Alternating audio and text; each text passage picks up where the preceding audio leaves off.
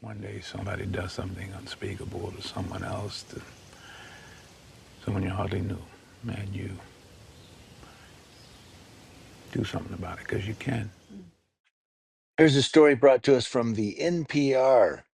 The Justice Department has drastically scaled back its support for anti crime initiatives across the country, leaving law enforcement agencies and private groups scrambling to try to replace the money.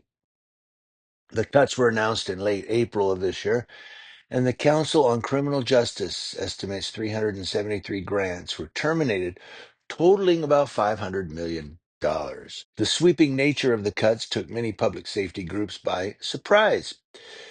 We knew that there were federal cuts coming, says Kelsey McDaniel, the district attorney in Union County, Oregon, but we didn't think that it would include things that were within the program goals and agency priorities that the Department of Justice had previously talked about. So her office used a federal grant to pay for an investigator to do more in depth crime investigations, such as building a case against fentanyl dealers whose product had led to fatal overdoses. We wouldn't be able to do that without him, McDaniel said. We thought, well, where other programs might be getting cut, we thought we might actually see an increase in funding. It's all about the money. Instead, that grant was one of the ones canceled. Most of the money had already been spent, but she worries that the cancellation means Union County won't be able to get this kind of federal funding again in the future. Raise money somehow. Federal grants allow agencies to really do things they wouldn't ordinarily otherwise be able to do, says Jim Birch, who's president of the National Policing Institute, which helped distribute many of the grants to rural law enforcement.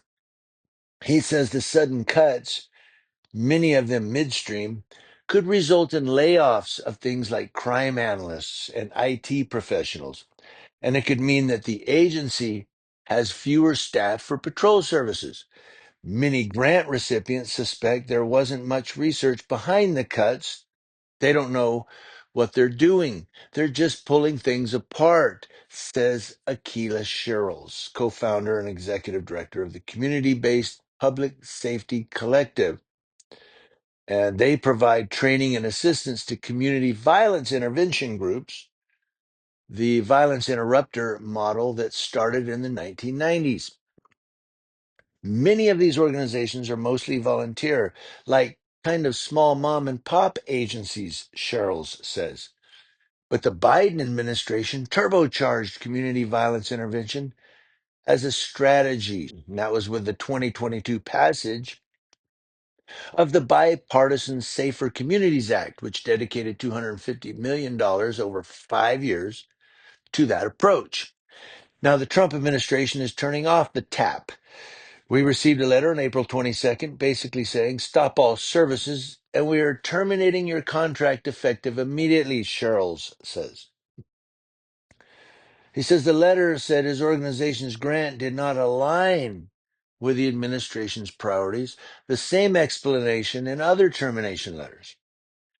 He says his organization is able to keep functioning for now and has pivoted to showing local community violence intervention groups how to appeal the loss of their grants. We're not taking the decision from the Trump administration laying down, he says. In response to NPR's request for comment, the Justice Department sent this written statement. The Department of Justice is focused on prosecuting criminals, getting illegal drugs off the streets, and protecting all Americans from violent crime. Discretionary funds that are not aligned with the administration's priorities are subject to review and reallocation. Now, the statement added that the department was committed to working with organizations and to hear appeals to restore funding as appropriate. But in some cities, self appointed fiscal watchdogs have complained about a lack of accountability in the way federal grants are spent. Absolutely. In Minneapolis, for instance, attorney Dean Thompson sued the city a couple of years ago to force local violence intervention groups to be more transparent.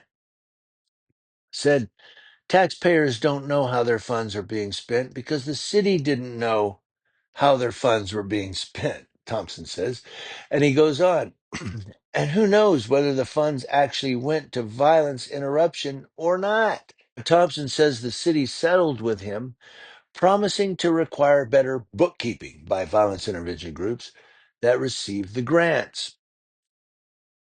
He says his concern about accountability does not mean he endorses the Trump administration's sweeping cuts.